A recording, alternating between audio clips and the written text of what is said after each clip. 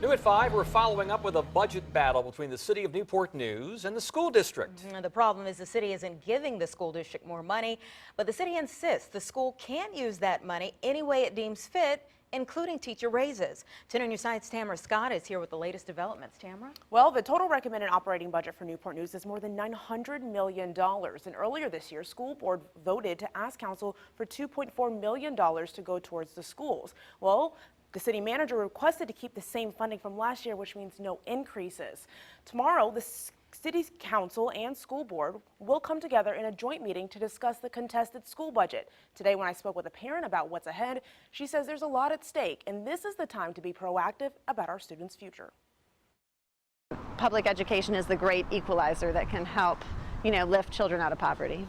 Mary Voss is a teacher and parent within the Newport News public school system. She's been adamant about increasing school funding by attending the last few public meetings to address the issue. They're funding, parking garages and tech center, but they're not funding our kids. That doesn't make sense to me.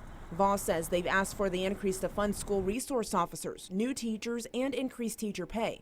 In a recent meeting, city leaders then suggested using funds from the capital improvement budget to fund the requested increase. Our children deserve better than level funding. They should be able to get an investment from their city.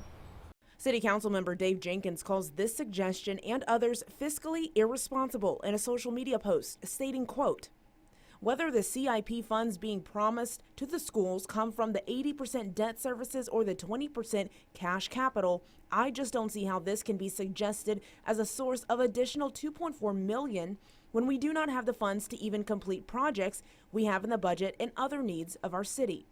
When I reached out to the city manager's office, I was redirected to her earlier statements in her letter to City Council.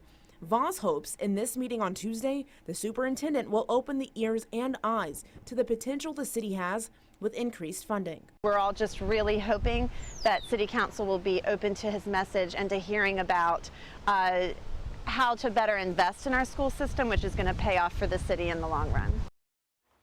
Now, the meeting tomorrow is open to the public and will be held in the James Room at the City Center at 4 p.m. To read the entire post from Councilman Jenkins and the city manager's letter, head to wavy.com. Tamara Scott, 10 on your side.